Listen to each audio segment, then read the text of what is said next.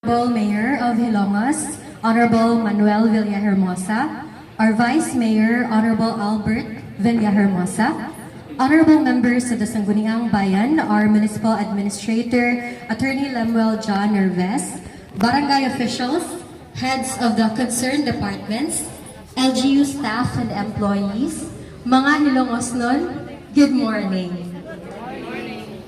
Allow me to introduce myself first. I am Cristel Zamora de los Reyes.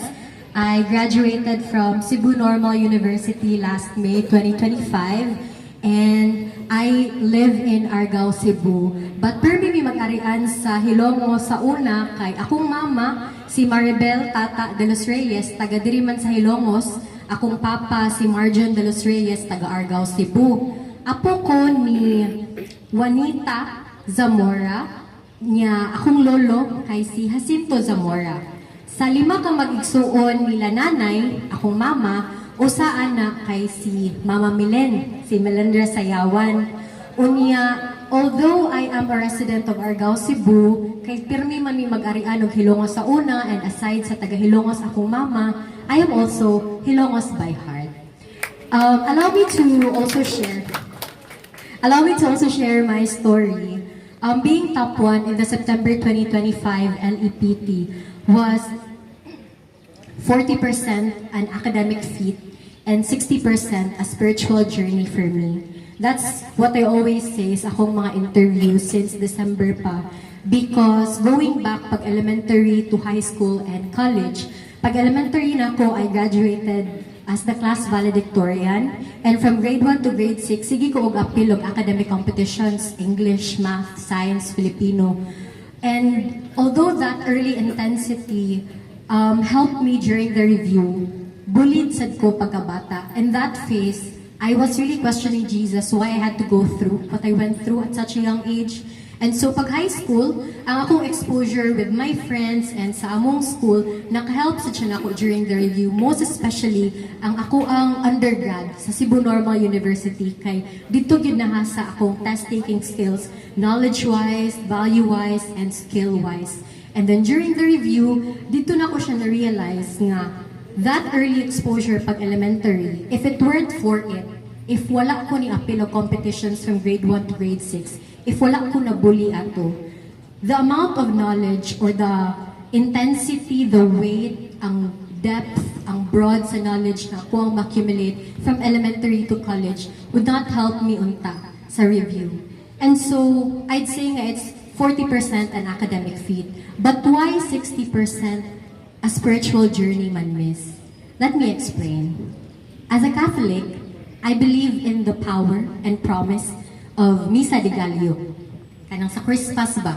Kanang, unsay tawag anang Misa de Gallo ninyo dire? Kanang, sa kadlawon man na siya, Misa de Gallo. Amo dito kay Misa de Gallo, kanang simbang gabi.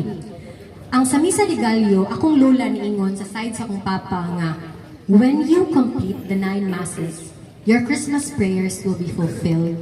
And pagsugod, pag high school na ko ato, nituok ko, and truly, matinood siya.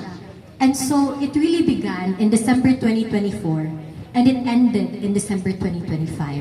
Pag December 2024, I had 3 Christmas prayers. 1, to graduate summa cum laude, top 1. 2, to become the best student teacher, to bag that award. It's very rare good for one person to bag that award sa CNU. And number 3, to be top 1 in the LEPT. Then came May 2025. Una na kong na-receive nga announcement was, I will be joining the competition for the best student teacher. Meaning all interns in CNU will be competing to bag that award. Second week of May, I was told by my mentor na I'm gonna join. And then a week after, I won. Ako ang nakabag sa award. So that's one check sa checklist. And then third week of May, nakahibaw ko. From one of my professors, she told me, even before the results came out, Dai, congratulations, you are the top 1 sa inyong batch, summa cum laude. And that's the second prayer na fulfilled. But instead of relief, right, na ma-feel na ko, because 2 out of 3 prayers already checked man.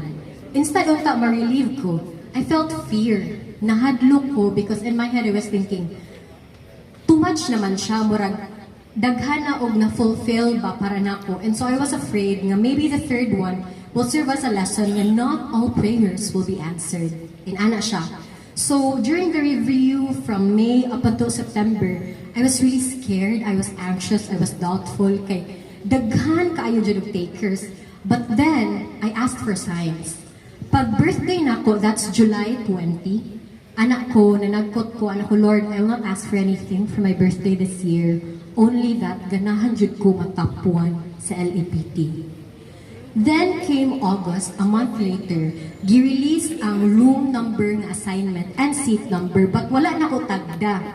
Then came September 21. A day before that, September 20, ni-visit me sa amo ang venue, which is in CIT.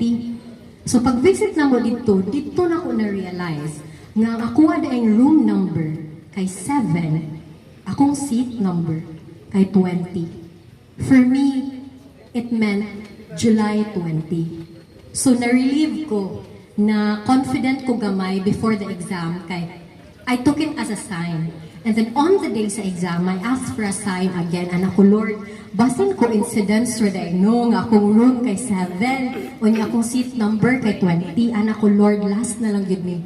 Mangayo kong sign na unta, makakita ko yellow flowers. Specific yun siya kay feel man ako, makita ko daghanting flowers ba kay ang mga takers sa tagan sa ilang family, sa ilang significant other, inana. So ako, yellow flower akong ganahan, Lord. Nakulbangan ko kay 30 minutes before the exam, sa wala pa may gipasulod sa room, wala dyan ko makita og flower. But then, pag-wait na mo sa benches sa court sa CIT, at the far end, imagine na diri ko naglingkod, unya ang bushes kay diha sa stage, nakakita jud ko daghan kaayo nga yellow flowers, as in yellow flowers siya. Wala siya laing ka-mix. Yellow flowers, green ang bushes. And so when I took the exam, okay, kalma ko kay because of the signs. But pag abot sa exam, galisod magyud ko.